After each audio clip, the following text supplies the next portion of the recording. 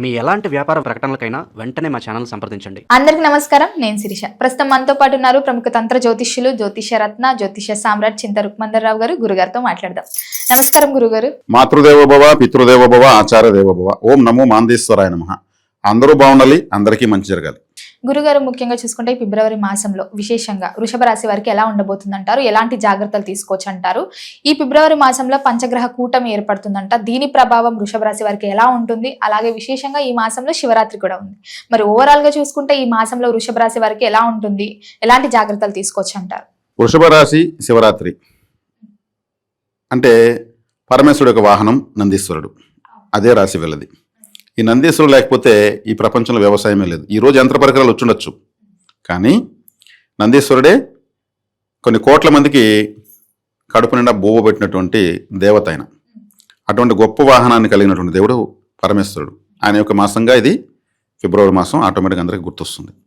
కాబట్టి ఈరోజు ఈ వృషభ రాశి వాళ్ళు ఈ మాసంలో చక్కగా నంది సేవ అంటే ఎక్కడ గంగరెద్దు కనిపించింది అనుకోండి, తొడుకొచ్చి ఇంట్లో పడుకోబెట్టుకుని దానికి కడుపు నిండా మేత పెట్టి దాని పాదాలకు సేవ చేసి దానికి కొత్త వస్త్రం కప్పి మెడలో ఒక పూలమాల వేసి దానికి ఏదైనా అందరూ చేత్తో తినిపించి దాంతో ఫోటోలు పట్టుకొని ఆ నందీశ్వరుడు సాక్షితో ఒక 1 అవర్ మన ఇంట్లో పడుకొని వెళ్తే లైవ్లో ఎట్టుంటుంది? ప్రశాంతంగా దాన్ని మేపుతున్నటువంటి వ్యక్తి దాన్నే నమ్ముకుని దాన్ని అలంకరించి ఒక పెళ్లి కొడుకులాగా తిప్పుతూ ఉంటాడు. కానీ అతన్ని ఎవరు ఆదరించరు. ఎవరు ఆదరిస్తారు? కానీ ఆదరించాలి. ఈరోజు ఎన్నో నూతనమైనటువంటి విద్యలు కల్చర్స్ వచ్చినప్పుడు వాళ్ళు ఇంకా గంగరెద్దును పట్టుకొని తిరుగుతూ సన్నాయి ఊతూ తిరుగుతున్నారంటే వాళ్ళకేదో ఇంట్లో ఉంటే బట్టలు ఇవ్వచ్చు, బియ్యం ఇవ్వచ్చు, డబ్బులు ఇవ్వచ్చు, వాళ్ళు మెచ్చుకోవాలి. ఆ గంగరెద్దును కూడా వాళ్ళు ఆడిస్తారు. అది సాక్షాత్తు మనము పూజించుకున్నటువంటి సాక్షాత్తు నందీశ్వరుడు లైవ్లో జీవంతో మన ఇంటికి వచ్చాడంటే ఎంత ఆనందం అసలు. ఇది చేసుకోవడం చాలా మంచిది. శివాలయానికి వెళ్తే నందీశ్వరుడికి కూడా చక్కటి ఒక మల్టీ కలర్ ఉన్న ఒక వస్త్రాన్ని ఆయన వీపు పైన కప్పి చిన్న పూలమాల వేసి ఆ విగ్రహానికి కొమ్ముల మధ్యలో శివుని చూసి మన కోరికలు ఏదైనా ఉంటే సమస్త శుభాల ప్రసాద్ స్వామిని ఆయన చెవులో చెప్పాలి. ఆయన పోయి గొడవపడి మన పనులు చేస్తాడు శివునితో. ముందు మా కన్నెటికి చూడు, మళ్ళీ నీ పనులు మళ్ళీ చూసుకుంటాడు. చాలా వేగంగా కోరికలు తీరుతాయి నందీశ్వరుడు చెవులో చెప్తే. అందుకు అందరూ పోయి గుసగుస అంటూ ఉంటారు.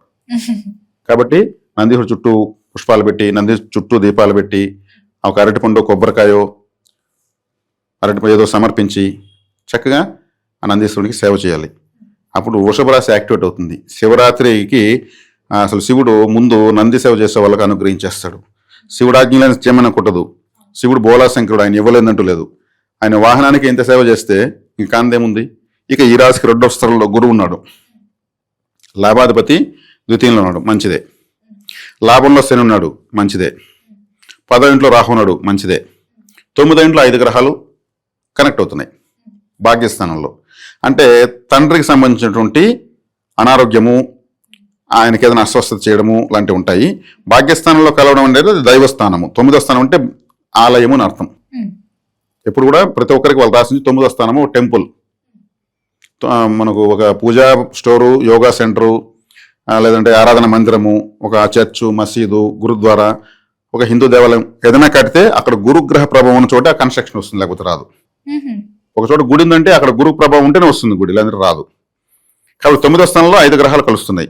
అంటే వీళ్ళకు భాగ్యము అనేది ఏదో అక్కడ కలుస్తూ ఉంది. అంటే 5 గ్రహాల ఎనర్జీ 9వ స్థానంలో దైవస్థానంలో కలుస్తూ ఉంది అని అర్థం. అష్టమ స్థానం కాదు కదా. అష్టమ స్థానం అంటే అష్ట కష్టాలు అంటాము, భయపడతారు. అష్టమ స్థానం అంటే 9వ స్థానం దైవస్థానం. కాబట్టి ఎక్కువగా వీళ్ళు దైవారాధన. మన వృషభ రాశి కాబట్టి వీళ్ళు ద్వితీయ రాశే వీళ్ళకు మిథున రాశి. అక్కడ పరమేశ్వరుడు యొక్క రాశే ఉంది. ఏది నక్షత్రం రావర్ద్ర ఉంది. ఈ రాశి వృషభ రాశి, ఆయన వాహనమే వీళ్ళ రాశి. కాబట్టి శివాలయానికి ఎక్కువ వెళ్ళాలి. శివాలయానికి ఎక్కువ వెళ్ళడం వలన ప్రయోజనం ఏమిటంటే శివలింగం ఒక మెమరీ కార్డ్ లాగా పనిచేస్తుంది. ఈ సైంటిఫిక్గా కూడా ప్రూవ్ అయిందని చెప్తారు పెద్దలు. అంటే మనం ఏం చెప్తే దాన్ని రిసీవ్ చేసుకుని దానికి విత్ ఇంట్రెస్ట్ చేసి మళ్ళీ మనకి ఇస్తుంది. అందుకే కష్టాలు చెప్పకూడదు. కష్టాలు చెప్తే కష్టాలకు వడ్డీ వేసి మళ్ళీ కష్టాలే ఇస్తుంది. అన్ని శుభాలే చెప్పాలి. స్వామి నాకు అన్ని శుభాలు జరగాలి అంటే మనం ఏమైనా జిఎస్టీ కట్టాలి? నా మాట చెప్పింది దానికి లేదు కదా. అప్పుడు ఏం చేస్తాడు? ఓహో మీకు అన్ని శుభాలు కావాలి, ఆయన సిగ్నేచర్ పెట్టేస్తాడు. ఆయన బోలాశంకరుడు అడిగినంత ఇస్తాడు కదా, అన్ని శుభాలే ఇస్తూ ఉంటాడు. శివుని తిరప్పుడు కష్టాలు చెప్పకూడదు. అసలు ఏమీ చెప్పకపోయినా గమ్మున శివుని చూస్తా కూర్చోవచ్చు. అప్పుడు ప్రయోజనం ఏంటి? శివలింగం ఏం చేస్తుంది? మన చెడ్డను లాక్కుంటూ ఉంటుంది. మనకు మంచి జరగాల్సి మళ్ళీ చెడ్డ జరగకుండా ఉండకపోతే అంతా మంచి. కాబట్టి శివాలయానికి వెళ్ళడం వల్ల మనకున్నటువంటి చెడ్డంతా పోతా ఉంటుంది. కాబట్టి ఎక్కువ శివాలయానికి వెళ్ళాలి. కాబట్టి ఈ రాశిలో ఈ 9వ స్థానంలో కలుస్తున్నటువంటి 5 గ్రహాల వల్ల నెగటివ్ వైబ్రేషన్స్ కొన్ని వస్తాయి కాబట్టి వాటి నుంచి మనం రక్షణ పొందొచ్చు. ఇప్పుడు వృషభ రాశి వాళ్ళు బిఫోర్ ప్లానింగ్ బాగుంటుంది, బాగా కష్టపడతారు. రేపు ఎలా ఉంటుంది ఈ రోజు ముందుగానే ప్లాన్ చేసుకుంటారు. వచ్చే సంవత్సరానికి ఎలా ఉండాలి ఈ సంవత్సరం ప్లాన్ చేస్తారు. నిర్ణయాలు అంత ఈజీగా మారవు, అంత ఈ ఒక పట్టణ ఏది నమ్మరు, వీళ్ళే ఎక్కువ నమ్ముతారు. కాకపోతే చిన్న పొరపాటు కూడా ఒప్పుకోరు. ఒక లడ్డు కొనుక్కుంటారు, ఆ లడ్డు ఒక పులుపు ఊడిపోతే నాకు వద్దయ్యా నేను డబ్బులు ఇచ్చా నాకు బాగుండేది అని వెనక్కి ఇచ్చేస్తారు. బాగుండేది అన్ని ఇలాగా చూసి చెక్ చేసి తీస్తారు. మళ్ళీ ఇంటికి వచ్చి 4 ముక్కలైపోయినాయి బాధల వీళ్ళకు. షాపులో మాత్రం కొద్దిగా వచ్చుంటే అదేదో వెళ్దాం అంత ఖచ్చితంగా ఉంటారని అర్థం. కాబట్టి వీళ్ళ ఇంట్లో కూడా ఫ్యామిలీ వల్ల ఇంత స్ట్రిక్ట్గా ఉంటాడు అనేసి అనుకుంటూ ఉంటారు. అనుకుంటే కూడా అనుకోండి నేను అలాగే ఉంటాను అంటుంటారు. అది 9వ స్థానం కాబట్టి వీళ్ళకి తండ్రితో న్యూట్రల్గా ఉంటారు. వృషభ రాశులు తండ్రితో న్యూట్రల్గా ఉంటారు. అఫెక్షన్ ఉండదు, అటనేసి వ్యతిరేకత ఉండదు, న్యూట్రల్గా ఉంటారు. తండ్రి అనే స్థానంలో కలుస్తున్నాయి కాబట్టి ఆలయానికి వీళ్ళ తండ్రి పేరుతో అర్చన చేయించడం చాలా మంచిది, బెనిఫిట్ అయితే జరుగుతుంది. 10వ ఇంట్లో రాహు చాలా మంచిది. వృషభ రాశికి రాహు మంచి గ్రహమే. 10వ ఇంట్లో ఉన్నాడు కాబట్టి రాహు ఒక్కోసారి కొంతమంది నైట్ స్టార్స్ని చేస్తాడు. నైట్ ఈ మధ్య కచ్చాబాదం ఒక పాట వచ్చింది. ఒక చెనిక్కాయలు అమ్ముకునే వ్యక్తి ఒక పాట పాడుతున్నాడు, కచ్చాబాదం. ఆయన ఏమీ చదువుకోలేదు, చెనిక్కాయలు అమ్ముతున్నాడు. ఆయన పాట దేశం అంతా ఉర్రూతులోకి వచ్చింది. నైట్ స్టార్ అయ్యాడు అతను. ఇట్లాంటి పనులు చేసేది రాహువే. నైట్ సెలబ్రిటీస్ అయ్యేవాళ్ళు రాహువే. కాబట్టి రాహు వీళ్ళకి 10లో ఉన్నాడు. వీళ్ళ ఎఫర్ట్ తగిన రిజల్ట్ ఇస్తాడు. వృషభ రాశికి ఫిబ్రవరి మాసం చాలా చక్కగా ఉంది. ఫిబ్రవరి మాసం ప్రారంభమయ్యేది అంతమయ్యేది ఎవరికి తెలియదు, అంటే 28 రోజులే, చూసి చిన్నటి రోజులు అయిపోతుంది. కాబట్టి వృషభ రాశి వాళ్ళకు ఫిబ్రవరి మాసము చాలా అద్భుతంగా ఉంది. మనం వివరించాం ఏ గ్రహం ఎక్కడుంది, ఏ విధమైనటువంటి వైబ్రేషన్స్ రిలీజ్ చేస్తుందని కూడా ఎక్స్ప్లెయిన్ చేస్తాం. దాని నుంచి అదే వస్తుంది. కాబట్టి ఇక్కడేదో వ్యతిరేకతలు ఉన్నాయి, ఆపోహలు ఉన్నాయి, మనం ఏదైనా పరిహారాలు చేసుకోలేమో, దోషాలు ఉన్నాయేమో ఇలాగే మనసు ఆలోచించేస్తుంది. అవేవి లేవు. అవేమైనా ఉంటే కూడా శివాలయానికి వెళ్తే చాలు, వీళ్ళకు అద్భుతంగా జరుగుతుంది. ఎందుకంటే 2వ రాశి మిథున రాశిలో ఆరాధన నక్షత్రం శివుడిది.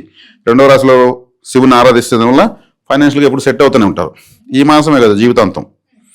కాబట్టి ఇప్పుడు 10వ ఇంట్లో రాహు ఉన్నాడు, డిసెంబర్ వరకు ఉంటాడు. కాబట్టి వీళ్ళకి మంచి బెనిఫిట్ జరుగుతుంది. ఒక స్కూల్లో ఉంటే స్కూల్లో యూనియన్ లీడర్ అవుతాడు, కాలేజీలో యూనియన్ లీడర్ అవుతారు. 10 మందికి ఒకరిగా నిలబడతారని అర్థం. లీడర్షిప్ క్వాలిటీస్ వస్తాయి.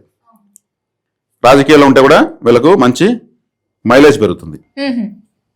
ఆ స్కిల్స్ ఎక్కువ ఉంటాయి, ఆటోమేటిక్ వచ్చేస్తుంది. స్కిల్స్ లేకపోయినా కానీ ఇన్స్టెంట్ ప్రిపేర్ అయిపోతారు. ఆ టాలెంట్ రాహు ఇస్తాడు. లాభంలో శని బెనిఫిట్. కాబట్టి ఆల్మోస్ట్ ఆ గ్రహాలన్నీ బాగున్నాయి. మనం ఎంత బాగలేదన్నా బాగుంది. కాబట్టి ఏదన్నా ఉంటే మనకు తెలియని ఏదన్నా ఉంటే శివాలయానికి వెళ్తే చాలు. గురుగారు, మొత్తం మీద ఈ ఫిబ్రవరి మాసంలో వృషభ రాశి వారికి ఎలా ఉండబోతుంది, ఏ దైవాన్ని పూజించాలో తెలియజేసినందుకు ధన్యవాదాలు.